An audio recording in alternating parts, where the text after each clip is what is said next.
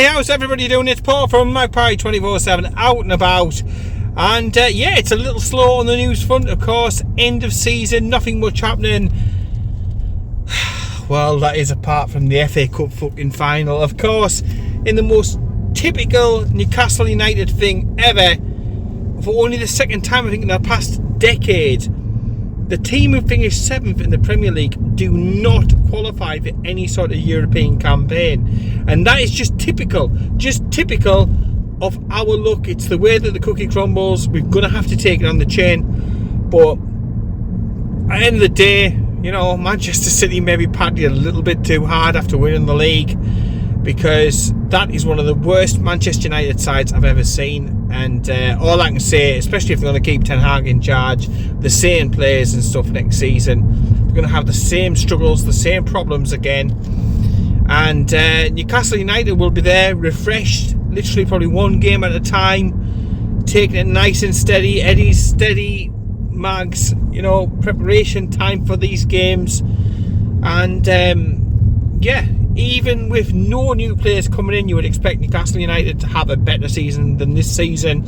And when you look at things in the big scale of, you know, big scheme of things, it's 7th place finished, given all the issues, all the problems, all the complications, the most injuries in the entire league, the most days lost in the entire league. Everything taken into account, a 7th place finished isn't the worst situation, you know. It's decent, and also, of course, given the fact that, you know, we only finished 8 points behind Champions League places. Everybody's raving about Aston Villa, and, you know, congratulations to Aston Villa. You know, they're going into uncharted territory really, but, you know, best of luck to them. It will have an effect on them next season, there's no doubt about that, because you do it as Newcastle United did it, with one arm tied behind your back, because, you know, you are hamstrung by the FFP. You know, you want, once you qualify for the Champions League, to be able to go for it, to invest more, to bring more players in of the right quality, but you cannot because of the you know, these stupid profit and sustainability rules, if I can fucking pronounce it. It's been a long day. But yeah, it's hard. There's no doubt about it. But from a Newcastle United point of view, we've got to use it as a positive. The players will be pissed off. The players will be frustrated. The management will be frustrated, because they had the opportunities. They were there. They presented themselves. We could have done it. We should have possibly done it. We didn't. And I think, given the fact that we'll have those extra days off between games, I expect to see a different beast, a different animal next season. I expect to see the consistency back.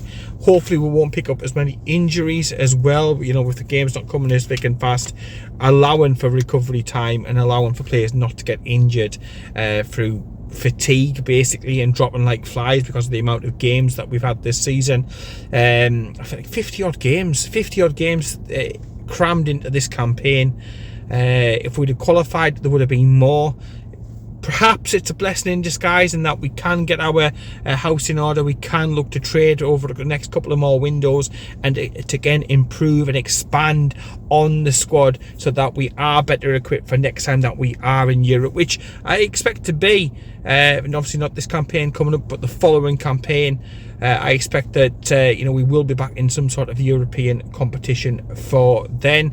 And in the meantime, we target the cups. We can have probably a better a better stab at getting through into the latter stage of the cup competitions, perhaps winning the cup competition, because again, the games aren't coming quite as thick and fast.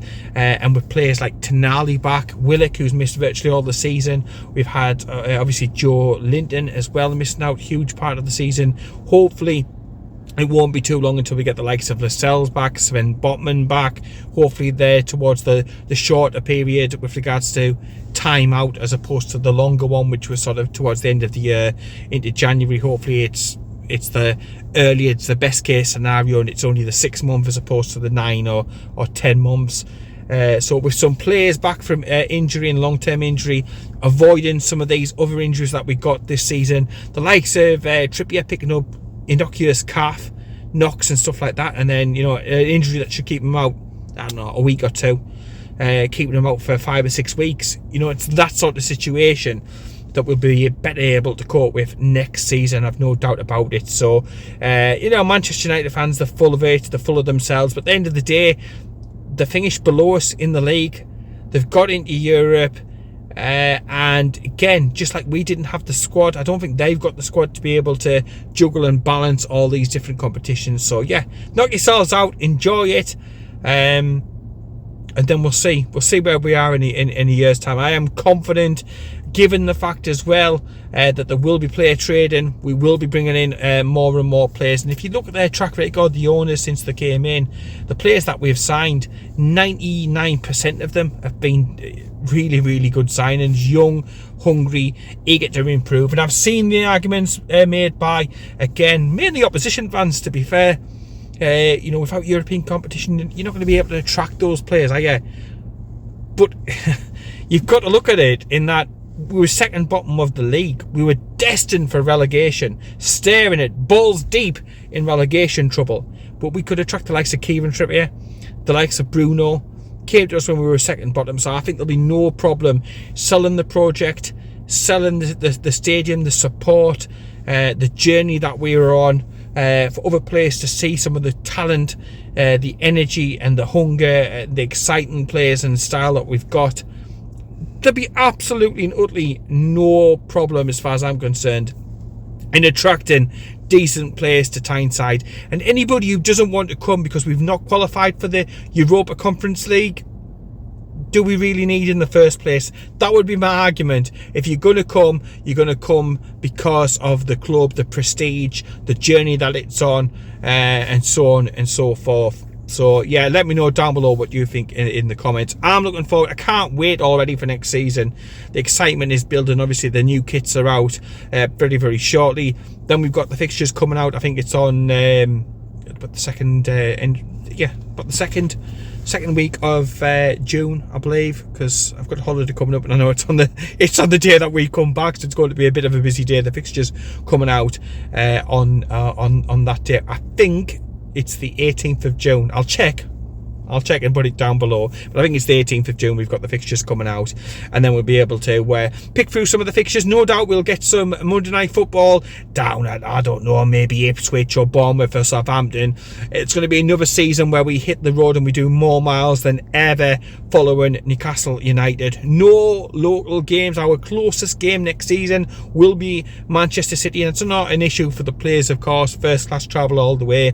But for the fans hitting the road, it'll be more miles than ever before, covering the length and breadth of the country to be able to get the backing for the lads, away from St James's Park. But I just can't wait. Can't wait for some news to come out about some more pre-season fixture games. Obviously the tour of Japan, that's all been announced. The fact that they're going over to Germany to use the Adidas before the season starts, that's exciting, that's positive. Lots of speculation about a friendly over there as well, around about the training camp that we're going to be doing in Germany. And then so hopefully 1 or 2 friendly games on home soil that we'll be able to take in, so fingers crossed on that one. Surely it's got to be sooner rather than later before all of that comes out in the wash. Amanda Staveley dropping hints about potential new sponsorships. She's been out over in Monaco and again suggested, after justifying the trip over to Australia, which was obviously a financial trip, it's fair enough, that she's working on deals. So again, it does not stop for a second. The wheels at Newcastle United are constantly going. We're constantly trying to catch up financially. We started from zero, didn't we? We started from zero. We had no financials, no nothing. We've now got Adidas coming on board, new retail, new websites, new sponsors all the time. It's just such an exciting time for the club. I just can't wait. Cannot fucking wait for next season to start already. And the other one's literally been closed a matter of days ago. Obviously the Australian tour, I'll touch on that a little bit. It's not. It was just a money-making exercise, you know what I mean, at the end of the day. The first game, a lot of the available first-team players played in that game, and then literally as soon as that game was finished, they fucked off. They're all over the world. Obviously, Joe Linton's been getting married, Bruno's been over there, Miggy's gone off. Everybody's gone off all around the world and enjoying some much and well needed rest and relaxation time for the lads. That left the youngsters to face the Australian all-star team or whatever in another absolute mismatch game. 8-0, which just tells us the state of the reserves and stuff like that. And I think if anything, it just highlights and it stresses and it underlines the importance of the fact that although we need a lot of recruitment over the summer for the first team, we need to strengthening some key positions and spend a few quid on some quality additions on top of the free transfers, which I still expect to go through, but we still have to strengthen that underbelly of the team. The youngsters coming through, the conveyor belt of talent needs to be strengthened, needs to be improved. It's stating the bleeding obvious, but it does need some work. Lots of players I expect to be shifted out from the under-21s over the summer. That's going to create opportunities for others to come in, and we've got some really good, exciting, talented players coming through, no doubt about it. We've signed some great players over the last couple of years, but we need to do much more to be able to make sure that we've got that conveyor belt of talent coming in from the youth team that we're able to promote up into the senior team, and fill the gaps in when we do get the injuries, when we do get the bad luck in one position or whatever, and you've got a couple of players out in the same position. You've got somebody there who's capable of stepping in, and also you can bring them in for cup games and that sort of thing as well. So really, really important that all the scouts are, rightfully turning every stone over, looking for quality additions on the first team side of it, but don't take their eye off any potential gems that they can bring in for the under-21s to strengthen that, because it's an absolute and utter necessity. And you only need to watch that game. Again, it was a pointless, nothing match, nothing on the line really for these lads. A lot of them, again, they knew they were already getting released, yet they went over there and they played the game, they pulled the shirt on and they did the best. But at the end of the day, the quality perhaps isn't there that we need to be there in the under-21s. So let me know what you think about that down below. Lots of speculation, lots of news coming out, different journalists quoting different people with different stories about different players. We'll try and keep abreast and try and keep on top of all the situation and bring it to you across the socials, as we always try to do. We'll put them out there with the sources, who's saying what, as we build up to the opening of the transfer window, and then exciting times with regards to Adidas returning back to the club, and hopefully I'm expecting a whole load of new financial type deals to be announced as well over the course of the next couple of weeks, to be able to pay for it all. Not that we're shy of a few quid, but of course it's all a bit of a spreadsheet exercise, isn't it? It's frustrating, but it's just the hoops that we've got to jump through. Newcastle United still on track for better and bigger all over the time. I just cannot fucking wait to get back to the action. So yeah, let me know what you think down below, and in the meantime, subscribe to Magpie 24/7. Coming up to our 4th year anniversary on doing it. Close to 150,000 subscribers across all the platforms. Thank you for your ongoing support. We've got new intros coming, new graphics, new all sorts of different things, some new writers coming aboard, some international writers as well, as to get different viewpoints, including from the likes of Saudi Arabia, from Canada. We've got some new writers closer to home as well, talking about Newcastle United from their point of view. Different viewpoints, give different opinions, create some great debate, some great different content to bring to you, and that's what it's all about on Magpie 24/7.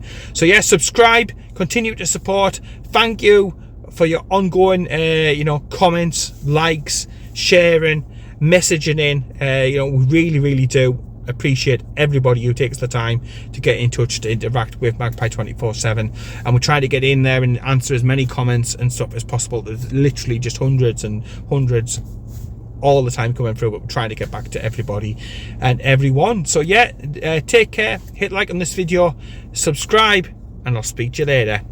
Keep it tuned.